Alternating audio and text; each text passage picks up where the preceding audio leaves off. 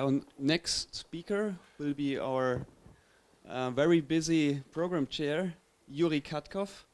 We'll be speaking about developing professional standards with SMW. Yeah.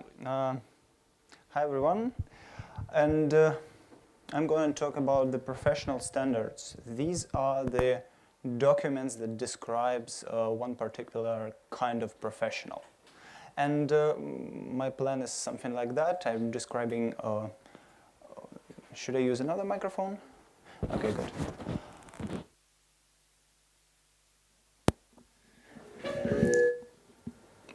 Yeah. Yes, so my plan looks like that.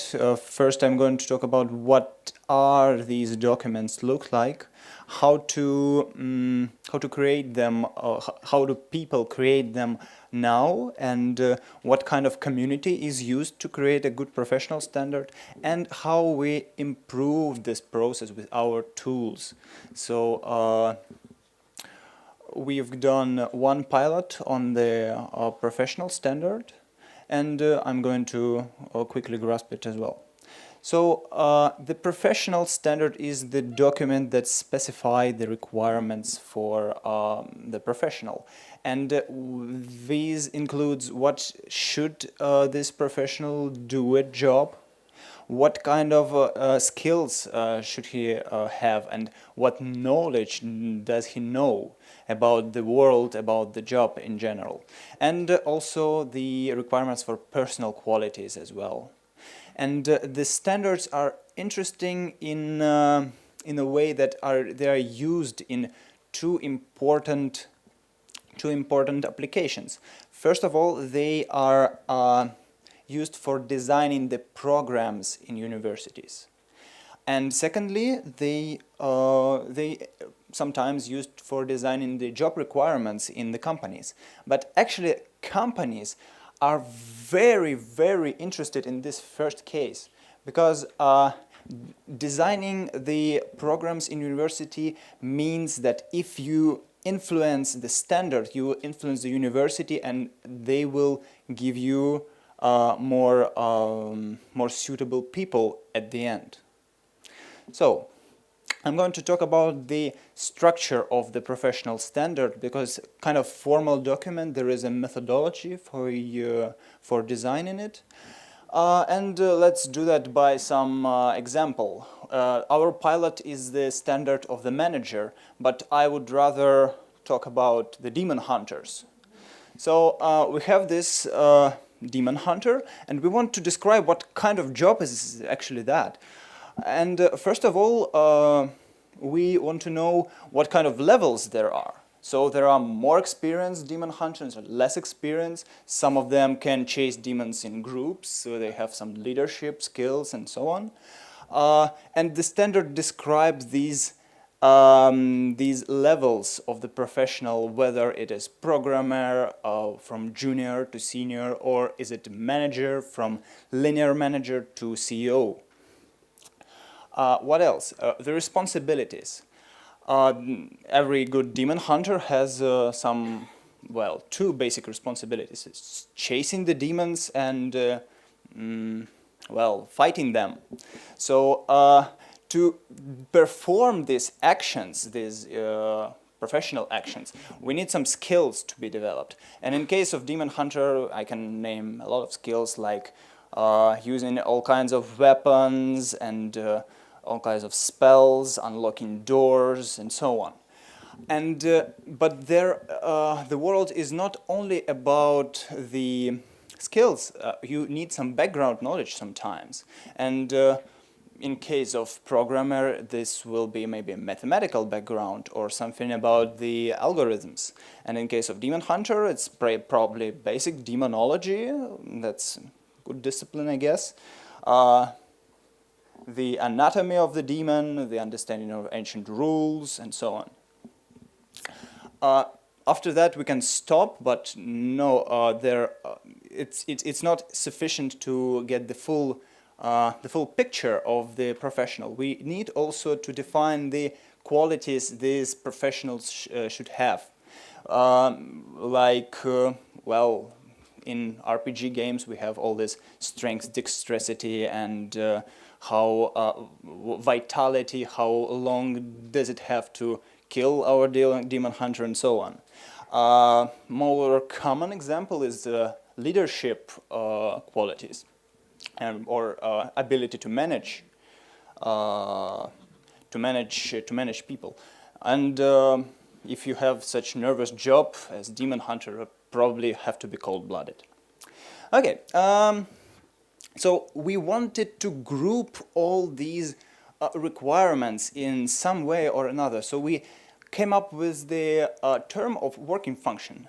So working functions it's essentially the bundle that consists of the actions, or 2 or 3 actions, the skills that are needed to perform these actions, the background knowledge, and the qualities. And the body of the standard, the majority of text in this document, consists of these working functions. Well, to make things easier, we group them in two-dimensional structure. So first of all, each level of employee has some amount of working functions. And secondly, there are categories of working functions. Like for the manager, you can have the category to analyze the current situation. And well, for our demon hunters, maybe fighting the demons with some weapon.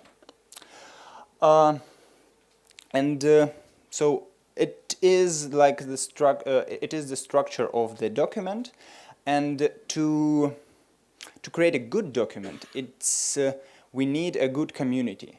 And essentially, if you want to create a standard of a manager, you have to build, or rather, have the community of good managers of various levels. They will describe their job.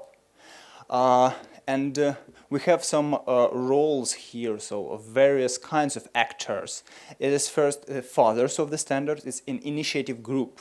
So yeah, we have some kind of group of managers that want to come up with the standard to influence, for example, universities. And there are several people, about 5 of them, that are fathers of the standard. They have all kinds of they have the big picture in mind, and they describe these levels. So whether we will have the first level of the manager according to our system of classification of the professional, whether we have second, third, and so on.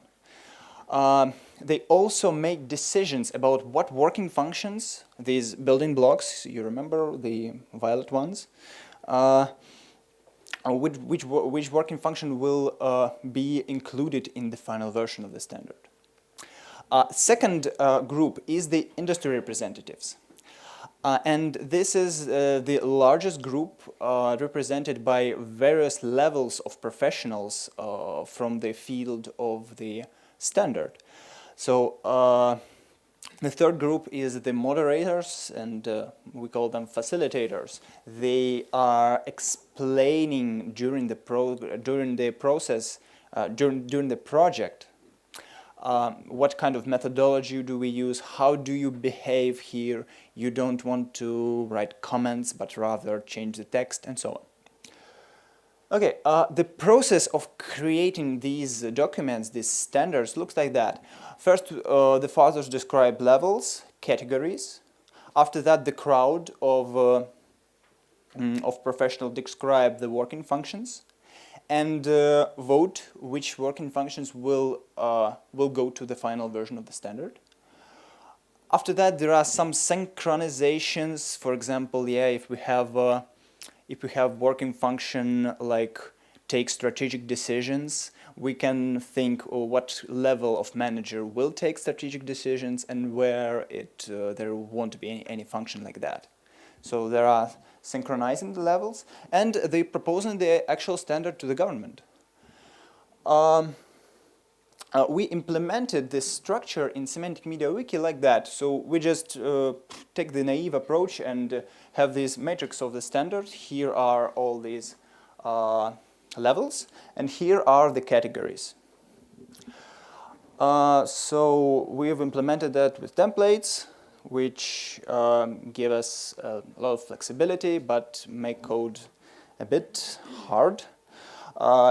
So the working functions are in the intersections of levels and categories, but in fact it looks a little bit harder than that.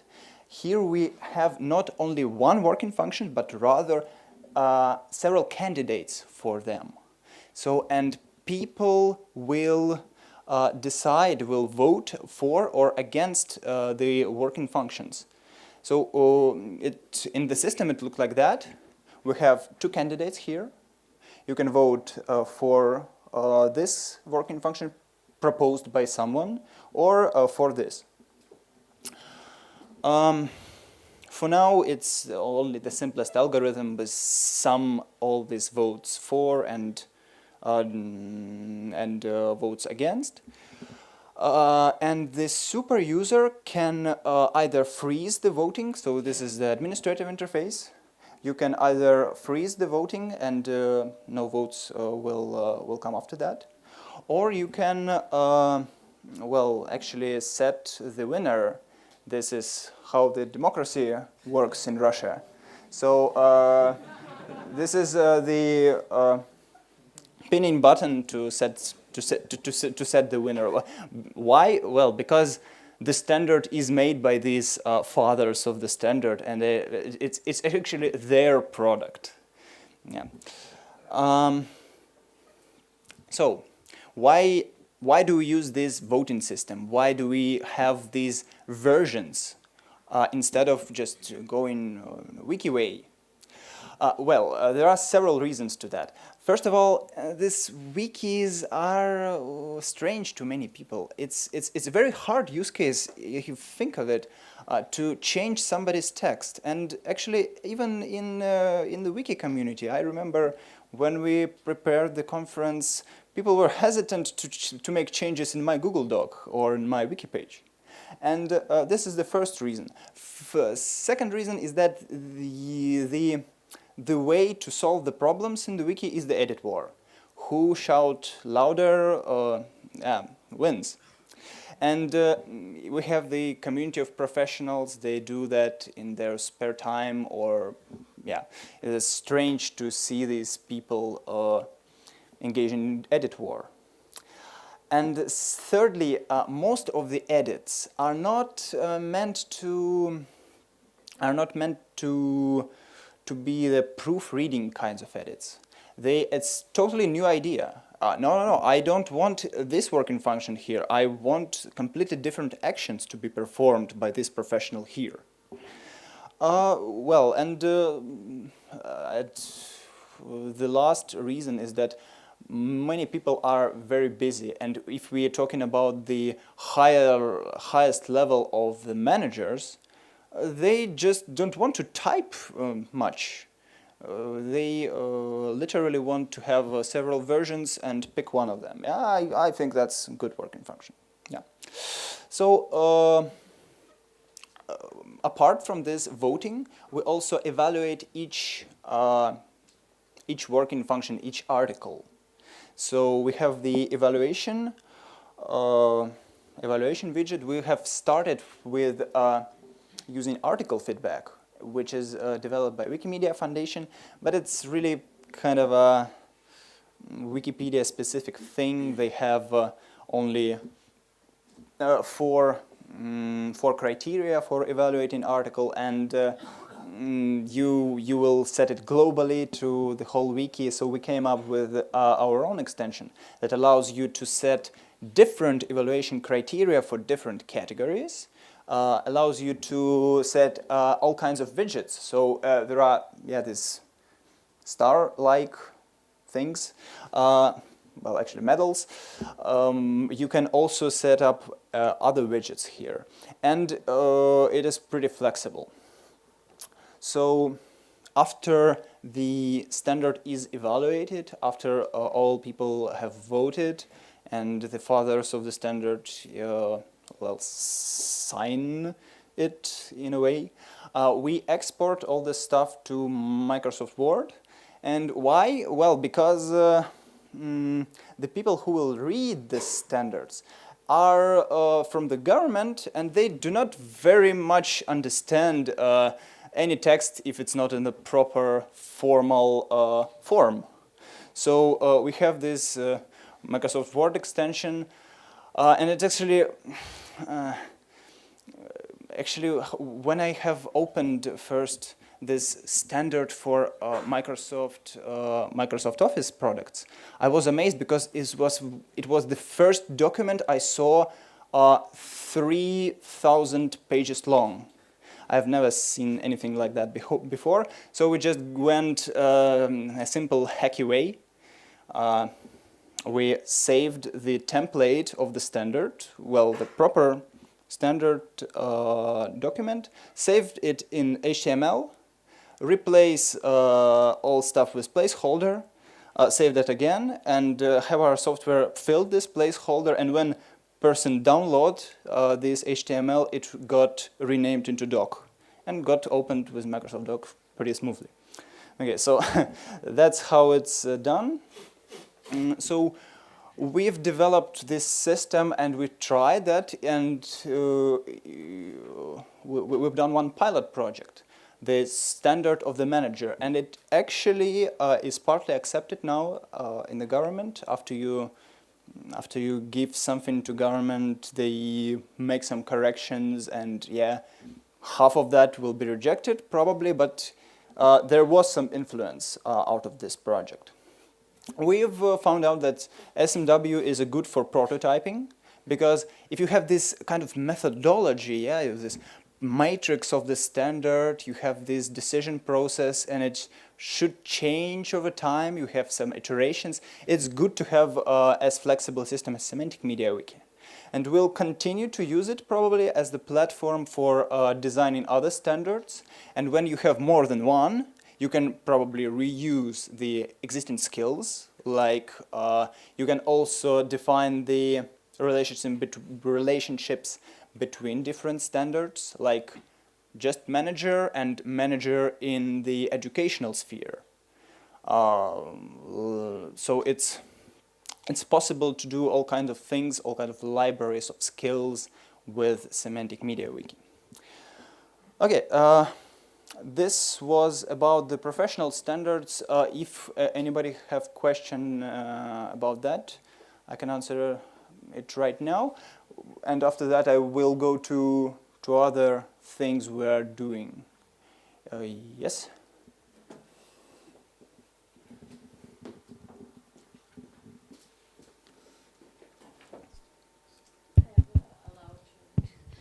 Thank you. I have two questions. First, I think I got it. Why do you call that standard?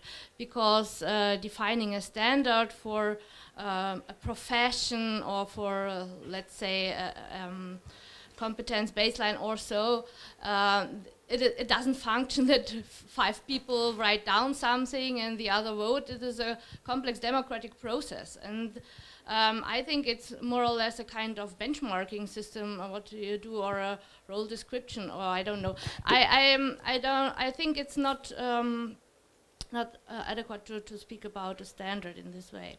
And the other question is... let me answer the first, okay. I guess. So I have no memory for 2 questions in mind.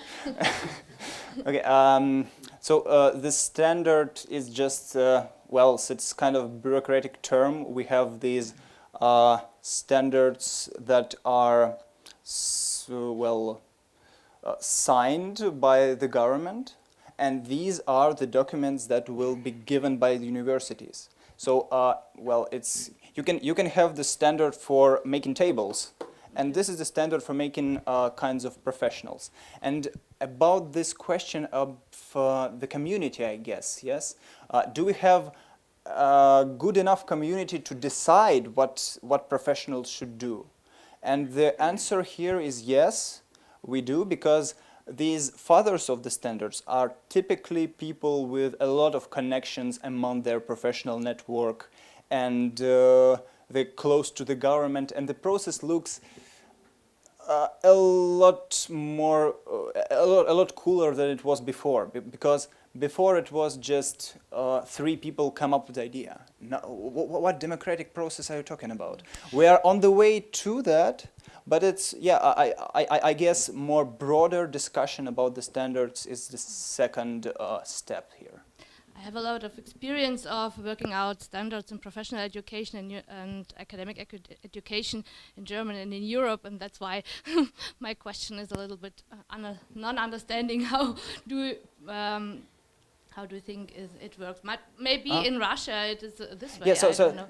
so I got my studies in Russia, but this 30 years ago, and I know it's a more centralized country than Germany. yeah, so it's well, the community I'm talking about is about 100 to 1,000 professionals notable with their input.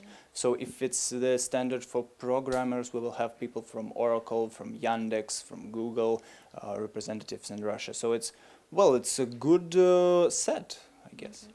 And the next question, have you thought about competencies? For instance, we have in Europe European competence baseline. There the competencies are divided in 4 categories. These are formal or skill competencies, knowledge, and so on, and social competence, and so on. And then you have 8 levels of competencies, and for each level you have a description what it means according to this kind of competency on this level. Yeah, so competences are the most the university jargon if we're talking about Russia. So here we have professional qualities, you have actions, and yeah, they're very much like competences. And when university designing their educational programs, they are thinking in competences. So yeah, it's just not our tool.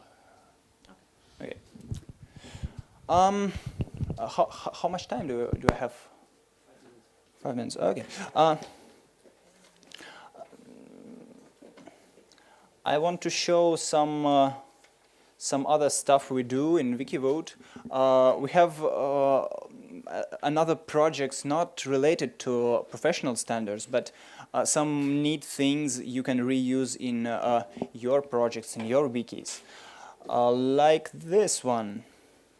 So this is similar to what Yaron have told about. It is the input that has a preview when you push on the drop down, it previews something. It's part of our professional standard platform, and we called it preview input. Not very clever name, but so we are going to put it into semantic forms inputs and make it available. For now, it's kind of raw still. Another thing. And I found that many people want that. No. There are some visualizations we are coming with. So here we're using that for our storytelling system and for our systems for strategic road mapping for foresights and future studies. So these are the objects, and here you have tags. So here we have one kind of tags, and here another kind of tags, and they are distributed in the dimension of these tags, and yeah, it has all kinds of cool effects. We use this output extensively too, and it's not secret. We'll probably make it open source anyway. And the final thing I want to show you, 2 more things I want to show you is the new timeline. I guess you have all, yeah, I see people waking up. So it's not actually working at the moment in my installation, but no. I have a proper library, and it's very easy to use, and I have implemented some features already. It allows zoom, and it looks much better than similar timelines, which is totally incomprehensible, I guess. So it has all kinds of features with clustering. So here you see 3 events, and when you zoom it up, it's like on the Google Maps. So this visualization we use for our 4 sites, because typically they have several objects that are prolonged in time. Okay, and we have, well, that is my personal initiative. I've participated in Google Summer of Code as the mentor with Steffen Gampke, and well, as we were both mentors, and our guy have improved semantic glossary. How many of you use semantic glossary? Well, yeah, there are several people, and now it can show you not only the definitions of the terms, but also some pictures and formatted stuff that you define with template. Okay, yeah, thanks. That was me. I wish you a good rest of the conference.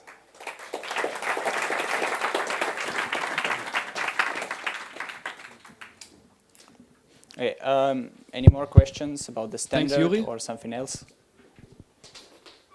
Any questions to Yury?